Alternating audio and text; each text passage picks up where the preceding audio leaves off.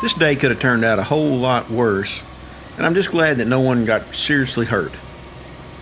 Having said that, there's some really good lessons to be learned. Plus, we get to see this big giant wrecker pick this tractor up like it's a toy. Even though there were no life-threatening injuries, there was damage to property. So just hang on a little bit and we'll show you some of the damage to the tractor. So this day started for Jeff probably like most other days would. He got in the tractor, was doing some work, realized the air conditioner was out, was just driving it to the local dealer. This is a shallow corner in the road, but as you can see here, it's about a 16-foot drop off to the bottom of this ditch. So I want to tell you a few of the specs on the tractor, and then I'll tell you what happened as they lift this thing out of here. Most tractor accidents are caused by the operator, but not all. Let me tell you about this thing.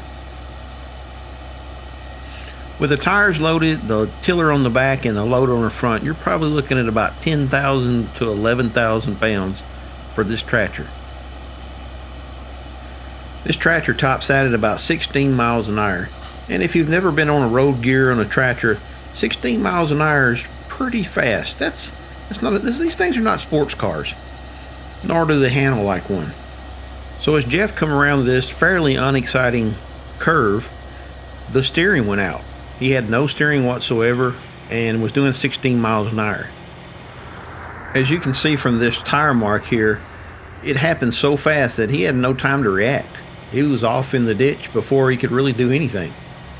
As the tractor came forward, it buried the loader into the ditch bottom, throwing Jeff into the front of the windshield. Jeff hit the steering wheel in his stomach area, causing him a pretty severe cramp. As he got out of the tractor, people seeing that he was hurting and thought that he was seriously injured, but turns out he just had a really strong cramp in his stomach. He was truly blessed to come out of this with a couple of bruised ribs and a hurt stomach muscle. He also had a pretty sizable gash on his shin. Like I said earlier though, the tractor didn't fare as well. As they pull it out here, I'll point out the things that I see. The first thing I see is they're lifting the entire tractor's weight, or at least half of the tractor's weight, from the 3-point hitch. The 3-point hitch is made to lift up but not lift the entire rear of the tractor. Granted, it's sturdy, but this is probably going to cause some damage. In the recovery guy's defense, there really was no other way to do it.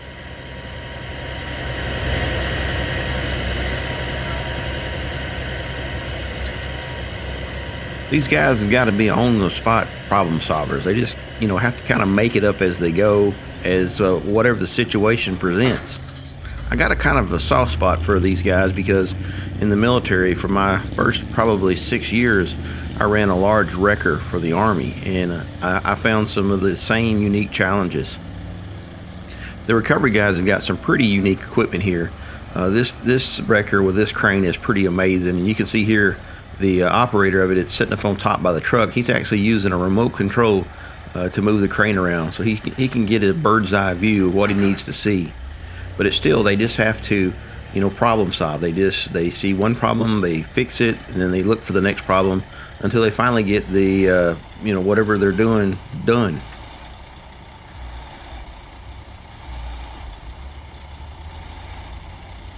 You can see here that the operator goes back, he's checking his truck to make sure that everything's in order, and then he comes back up and starts his lift. I'm going to speed this up real quick and let us get through the lifting part. For you guys that want to see all the details, I'm going to put a time lapse at the end of this video showing the whole entire lift.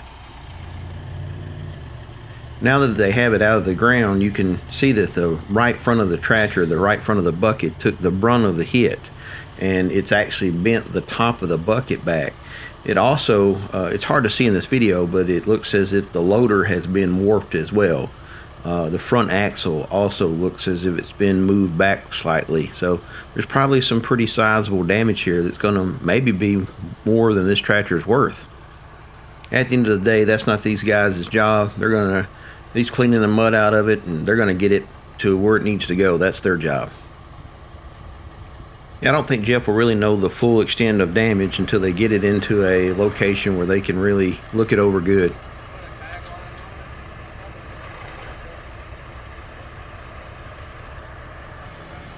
They really have to have some trust in their equipment for what they do.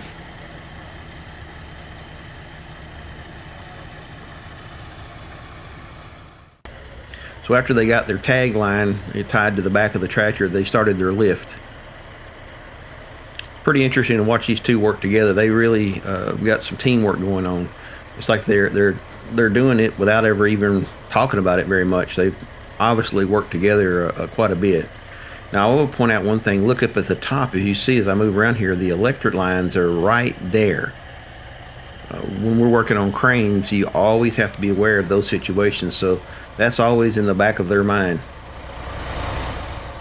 When dealing with high voltage power lines, you don't have to actually touch the power line. It can literally jump across a few feet, sometimes more than a few feet, depending on how high the power line is or how strong the power line is. So it's dangerous just working around them in this situation. After hindsight looking at it, I was kind of in a bad place being right up onto the power lines. I was only focused on the video part of it, and I didn't really do a risk assessment for myself.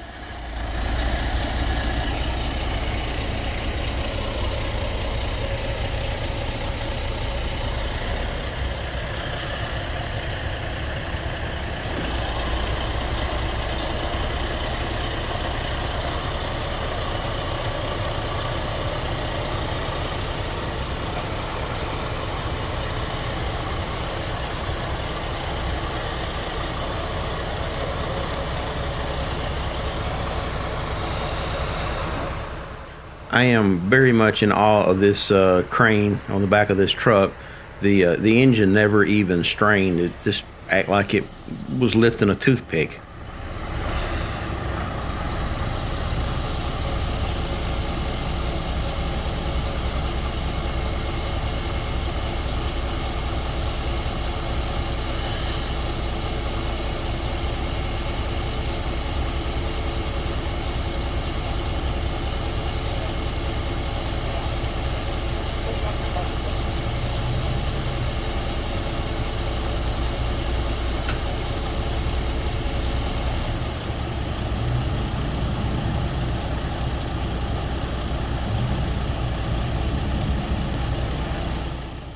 Don't forget, I'm going to put that time lapse at the end of this. It's pretty interesting to see it happen.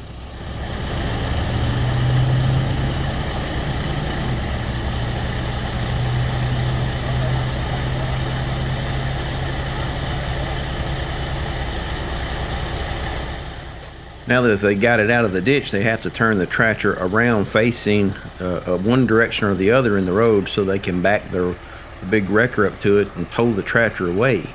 And as you watch this, you can tell this is not an easy task.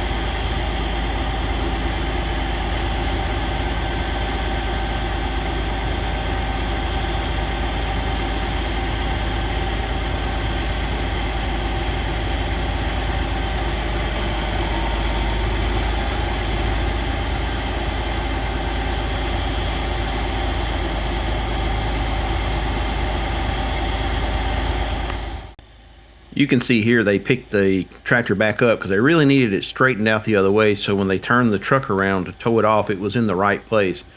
So this gentleman here was really putting his back into it. He's trying to get it to the right direction.